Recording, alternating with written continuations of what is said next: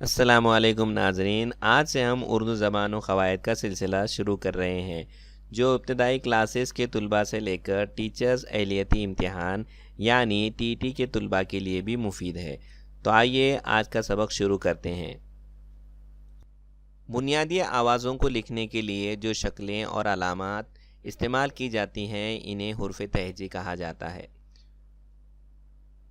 حرف دراصل حرف کی جمع ہے۔ تحریر کے اعتبار سے حروف کی دو قسمیں ہیں، مفرد حرف، مرکب حرف۔ مفرد حرف کے بارے میں جانتے ہیں۔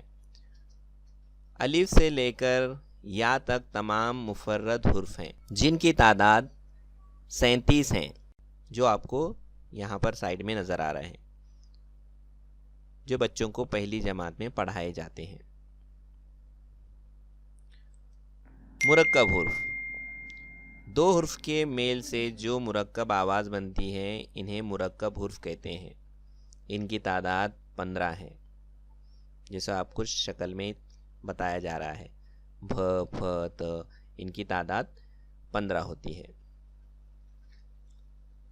آئیے آگے بڑھتے ہیں۔ آواز کے اعتبار سے حروف تہجی کی دو قسمیں ہیں۔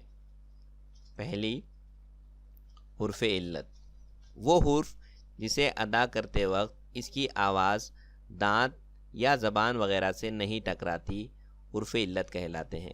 حرف علت 3 ہیں، الف، واو، یا۔